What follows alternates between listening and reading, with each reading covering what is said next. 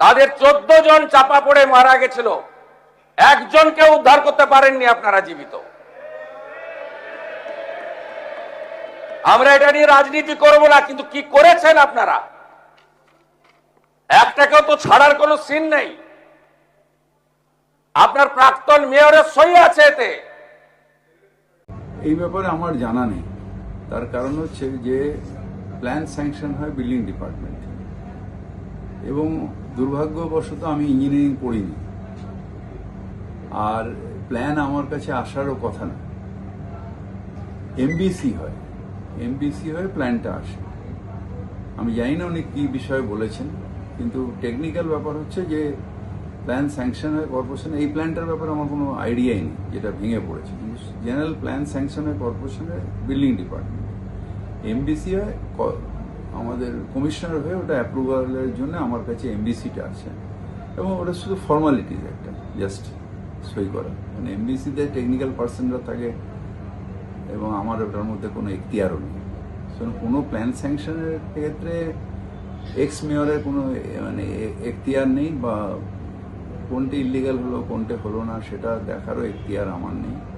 কাকে building department notice দিচ্ছে, কাকে ভাঙছে, সেটাও যেরকম দেখার এখতিয়ার আমার নেই, সেরকম বিল্ডিং প্ল্যান স্যাংশনের ক্ষেত্রেও দেখার এখতিয়ার কোনো মেয়রেরই নেই, আমার না, কোনো মেয়রেরই নেই। এটা কর্পোরেশনের রুলস। কিছুই আগে যখন আমি ছিলাম, রেস্কিউতে যেতাম, অনেকগুলো সিস্টেম করেছি কর্পোরেশনে যখন ছিলাম, যাতে ইল্লিগাল নয়।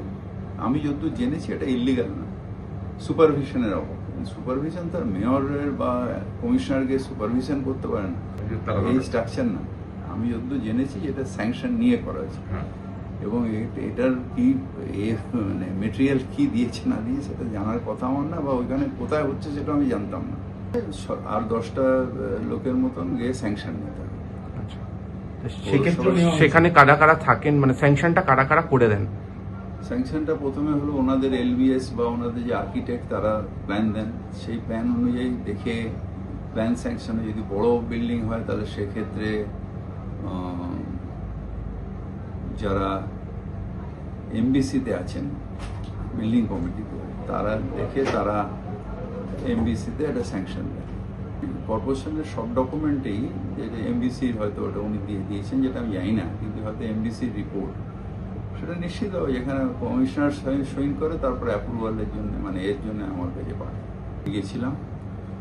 আমি গেছিলাম ওখানে, একটা মানে অপ্রীতিকর পরিস্থিতির সৃষ্টি হয়ে যায়। পুলিশ আমাকে রিকোয়েস্ট করলো যে ওখান দিয়ে যে ঢুকবেন না। আমি গেট পর্যন্ত পৌঁছে গেছিলাম সবার আগে, মানে যখন জাস্ট ভেঙে যাই, বিধানসভায় খবর পেয়েছি, দৌড়ে গেছি। আপনার অ্যাসেম্বলি কনস্টিটিউয়েন্সির মধ্যে আমি গেছিলাম, ঢুকতে পারিনি, পুলিশই আমাকে। হ্যাঁ, তারপরে আমি এসএসকেএমে গেছি। উদ্ধার কাজ কেমন চলছে?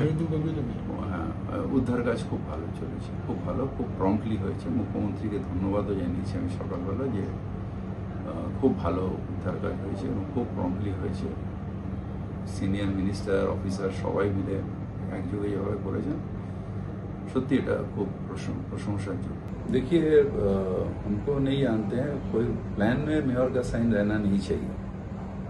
दूसरा है, जो एमबीसी का रिपोर्ट में अगर कमिश्नर भेजता है मेयर के पास, तो वो अप्रूवल हो जाता है, जस्ट फॉरवर्डिंग।